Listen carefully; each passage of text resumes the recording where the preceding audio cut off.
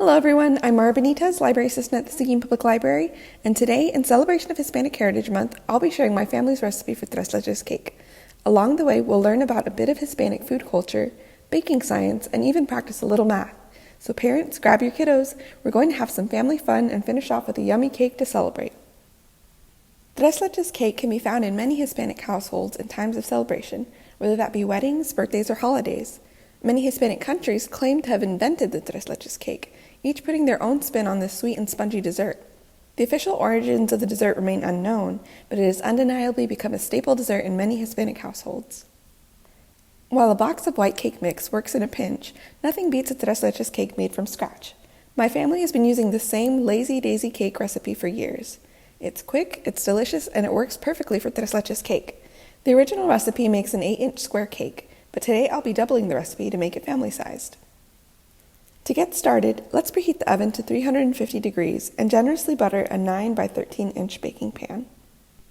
With that done, we'll gather our ingredients. You can find the full recipe listed below and on our website. Our recipe calls for 2 eggs. Since we're doubling our recipe, we'll need 4 eggs. For vanilla, since it calls for 1 teaspoon, we'll put in 2. Mix this together with a whisk or in a stand mixer until it's thoroughly scrambled and frothy. Next, our recipe calls for 1 cup of sugar, so we'll double it and slowly add the 2 cups of sugar to our mixing bowl, stirring until it's completely blended in. You might need to scrape the sides as you go to make sure that every bit of sugar is mixed in. Now, we'll grab another bowl for our dry ingredients. Our recipe calls for 1 cup of flour, so we'll double it and add 2. It calls for 1 teaspoon of baking powder, so we'll add 2. The recipe calls for a 1/4 teaspoon of salt. 4 quarters make a whole, but we only have 2, so that makes half. We need 1/2 teaspoon of salt for our recipe. Now we'll mix these all together. Baking a cake is like a big science experiment. Have you ever mixed together baking soda and vinegar to make a volcano? The baking soda is a base, and the vinegar is an acid. When you mix these two, a reaction occurs, making lots and lots of bubbles. We're going to do the same in just a second. Baking powder is a base. We want to make sure that it is spread out evenly throughout our batter, so that when our reaction happens, it'll bubble evenly. We'll add this carefully into our egg mixture and mix it until it's just combined. Our base is ready to go. Now, let's get our acid ready. Milk contains lactic acid, which will trigger our baking powder when they mix. Heat is another trigger for baking powder. This is usually activated once our cake is in the oven. We're going to give this cake some extra oomph by heating up our milk. This recipe also calls for melted butter, so we'll do 2 things at once and heat them together. Our recipe calls for 1/2 cup of milk. 2 halves make a whole, so we'll use 1 whole cup of milk. It calls for 2 tablespoons of butter, so we'll double that and use 4.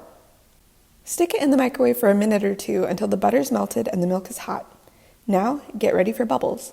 You want to have your pan close at hand and your oven ready to go. We want to work quickly so all of the bubbles are baked into our cake. Slowly mix the hot milk into your batter until they're completely combined. You should see bubbles beginning to form on the surface. Pour this into your pan, pop it into the oven, and bake it for 30 to 35 minutes until the top is a rich golden brown. If you're making the smaller version of this cake, you'll only need about 25 minutes. Set your cake out to cool. Once it's done, take a small knife and gently scrape away or cut away the top golden layer of your cake to reveal the spongy surface underneath. You can see that our quick work paid off. Our cake is full of bubbles. Save what you scraped off the top for a snack later. Now, we're going to prepare our Tres Leches. This is Spanish for 3 milks. Our family-sized cake uses 1 cup of regular milk, 1 can of evaporated milk, and 1 can of condensed milk. Mix these together to combine them. You can use the last little bit of leftover condensed milk on your cake crumbs for a sticky snack to ease your sweet tooth while you finish making your cake. Now, slowly ladle the Tres Leches all over your spongy cake, allowing it to slowly soak in. For best results, you can let this soak in the fridge overnight, but if you're anxious for a bite, this cake can be decorated and eaten as soon as the Tres Leches have been soaked up by the cake. Now it's topping time. Tres Leches toppings vary from country to country. Some countries use fresh homemade meringue, others use marshmallow fluff. Cool Whip makes a quick topping, but today we'll be using fresh whipped cream. All of the ingredients are listed in the description below. Spread this in a thick, fluffy layer over your cake. Fresh fruit on dessert is traditional in most Hispanic countries. Top your Tres Leches cake with the fruit of your choice to finish. My family has always loved fresh strawberries on our Tres Leches cake. I'll slice mine up and sweeten them with a little powdered sugar, then decorate our beautiful Tres Leches cake. Cut and serve this long-awaited delicacy cold and share with your amigos and familia. Thanks for watching. Stop by the library to check out our collection of Hispanic cookbooks and celebrate with us. Be sure to subscribe to our YouTube channel and keep an eye out on our social media for more activities and crafting tips, tricks, and ideas.